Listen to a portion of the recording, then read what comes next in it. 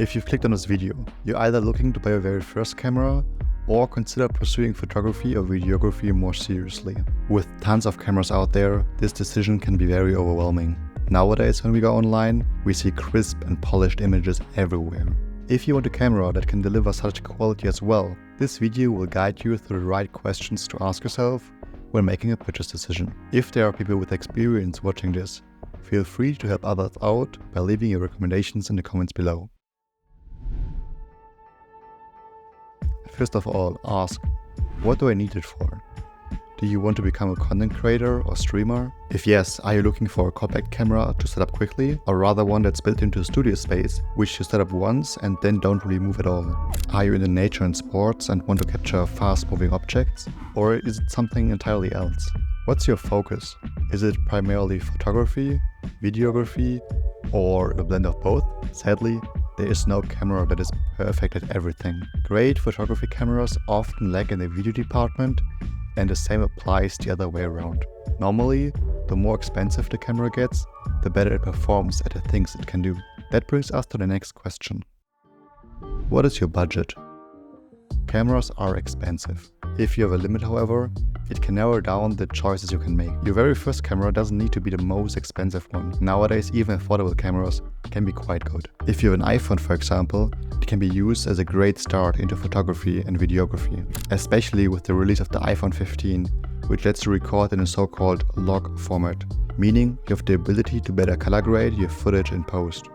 Remember that the final look of your footage comes down to the ability of your camera, but also of your own skill.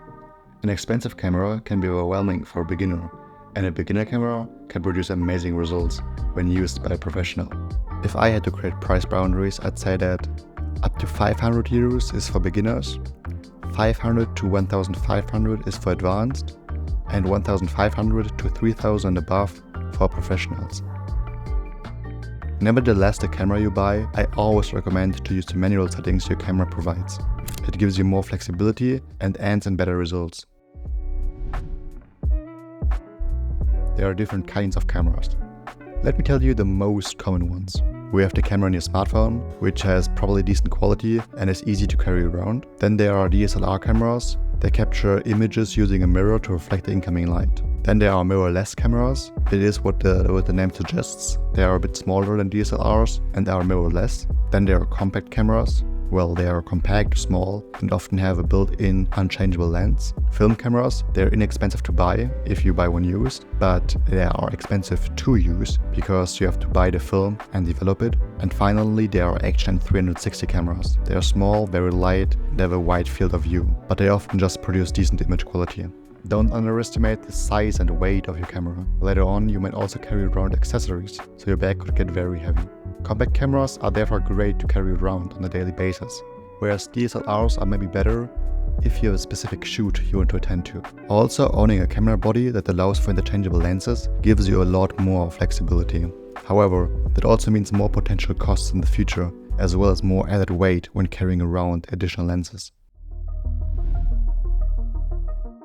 Let's talk about the quality that your camera should deliver. A lot of different factors play a role in that.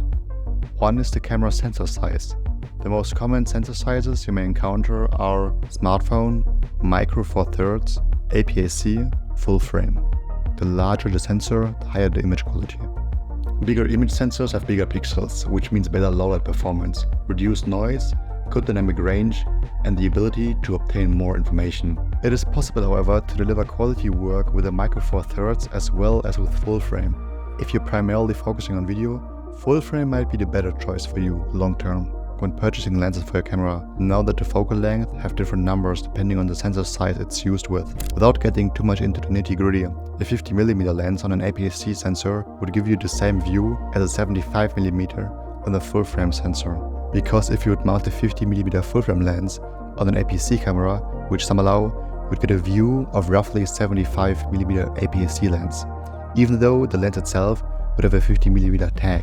But be careful, because the other way around, so using an APS-C lens on a full frame camera is sadly not possible. And there's also this whole thing about perspective change and depth of field and all of that. So I know this is all very confusing, so I'll probably make a separate video on that soon. Also quickly to throw in here, oftentimes full frame cameras allow you to switch to an APS-C mode, allowing you to get 2 focal lengths out of 1 prime lens, just to keep that in mind. Another quality factor is the megapixel count a camera has. It's the total numbers of pixels a camera sensor can capture. 16 megapixels, for example, means that it can capture 16 million pixels. I know that this is a lot of information to take in, but just know that between 10 to 20 megapixels is a great aim that will suit most people. Photographers sometimes need a higher megapixel count, and videographers are often happy with less. Why, you ask? If the megapixel count is very high, it can take the camera a longer time to process each frame, leading to performance issues when recording at a higher frame rate. Then there's also a camera's output resolution. When talking about the resolution of an image, it usually refers to the horizontal and vertical pixel count of the image in video output. The standard nowadays for media online is 1920 by 1080 pixels. That's also called Full HD on a 16 by 9 screen. That's the minimum your camera should be able to capture. If you're focusing on taking photos, capturing much higher resolution images may be more attractive for you. Sometimes the camera goes as high as 7K and up. That's great if you want to crop a new image in post or print it out. Besides resolution, the camera's shooting speed can be important. I'm not talking about the shutter speed to capture one single image, but rather capturing multiple images in a row. Lastly, ask yourself how comfortable you are with editing photos professionally. Do you use any industry standard software such as Adobe Lightroom or Photoshop, or do you edit your images on your phone just for fun? Either one is totally fine, but if it's a prior, you may want to look into capturing photos in RAW. RAW is a photo format that preserves more data than the usual JPEG format, allowing you more room to play when editing them later on. For video, Full HD is required as the bare minimum as well. If you want to up it one more, look for 4K cameras. Although there are also cameras that can record in 6 or even 8K, that's definitely too much for 99% of all users. You wouldn't even see it because social media compresses your footage anyway, and most people can't see the difference between 4K and higher. Next up is the maximum frames per second the camera can record, in short FPS. The standard playback and recording speeds are 23.98, 25 and 30 FPS. If you want to use slow motion in your video, you need to multiply the number to be able to slow it down in post. For a 2x slow motion, you would therefore need at least 50 or 60 FPS. For 4x slow motion, which is the most common one to use 100 or 120 FPS. Besides FPS, look out for the maximum recording length. There's nothing worse than thinking you are filming for a long time and then noticing that your camera stopped at the 30-minute mark or before. Some cameras have a hard stop, where they don't allow you to keep on rolling as long as the battery lasts. Similarly, as mentioned in the photo feature section, you should ask yourself if you want to have the ability to color grade like a pro. Maybe you've seen these gray videos being turned into these super vibrant cinematic videos before. These gray videos are recorded in a format called log. The benefit of shooting in log is that your video files will have a higher dynamic range. That means it takes more effort and time to edit your videos, but it can result in a grade that you can really push to its limits. Sadly, as mentioned earlier, there's no camera that's perfect. Every camera you look up and use will have some sort of issue. Therefore, instead of trying to find the best camera, try to find the camera with the least amount of issues for you. Issues can mean different things for different people. For me, problems to look out for are for one, battery life, and secondly, overheating problems. Those are the two most easily identifiable ones. You don't really want to go out knowing that you can only record for 10 minutes. It's annoying to take a ton of batteries with you and change them all the time.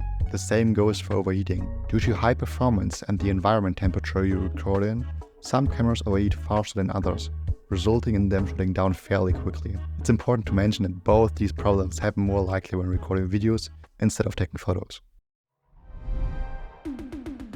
What's the best brand? Can I recommend one? If you're a bit into photography or videography, you probably know that it's almost like having a favorite sports team. There are some people who act like tryout fans, bad-mouthing other brands' products. But to be honest, in the end, most cameras of any known brand are great and will do the job. Of course, some brands focus on different market areas. So Sony is known for smaller form factor cameras that are often mirrorless, Canon for their bigger DSLR cameras that shoot amazing photos, and Fuji for their digital film style cameras. Then there's also Lumix, Nikon, Olympus and many more. Don't be biased when it comes to choosing a brand. However, that leads us to our second last point. Cameras are not cheap. It's an investment in yourself, so you naturally want to invest wisely. The question most people forget is, does the camera grow with me? It doesn't make much sense for a beginner to buy the most expensive camera, just to end up being overwhelmed by all its features. As with everything, your skill will grow as you put more time into practicing it. Naturally, your needs will grow as well. There's a high chance that in the future you want to upgrade your gear again. Some cycle through cameras every 5 years or so. Compact, 360 and action cameras have a built-in lens, but most DSLR and mirrorless cameras have an interchangeable lens system. So you buy the body once and then upgrade and extend your collection of lenses, either from the same brand as your camera body or from third-party brands that can also fit on your camera. We should also know that every brand has its own set of lens mounting systems. If you, for example, buy a Canon camera and then switch to Sony, your Canon lenses won't fit on your new camera. The same problem occurs when changing cameras with different sensor sizes. Most APS-C lenses are designed to be used on APS-C cameras and may not be fully compatible with full-frame cameras, so better buy lenses designed for the sensor system your camera uses. There are also a few other add-ons you might consider buying in the future to extend the limits of your camera. This can include checking out how many and what types of mounts does the camera has, such as cold shoes and 1/4 threads. What and how many memory cards does the camera accept? What ports does the camera offer? For example, when wanting to use an external monitor, does it offer an HDMI port? New is not always better.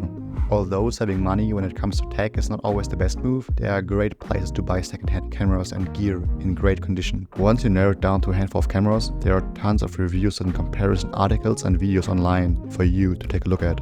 In any case, make sure to always make purchases with buyer protection. That one saved me when I got scammed buying my Sony a7 IV on eBay. Also, I recommend trying to get any sort of warranty. Most often when buying used products, their warranty has already expired. By some resellers, sometimes offer their own warranty in their products. I hope you now know a bit more about what to look out for when considering buying a new camera. I will leave links to my recommendations down below. These are affiliate links, so full disclosure. If you do use those, it supports the channel. Thank you in advance. Let me know if this video helped you by commenting below which camera you are considering. If you have any questions, let me know and I'm sure I and others will try to help you out. Thanks for watching and I will see you in the next one.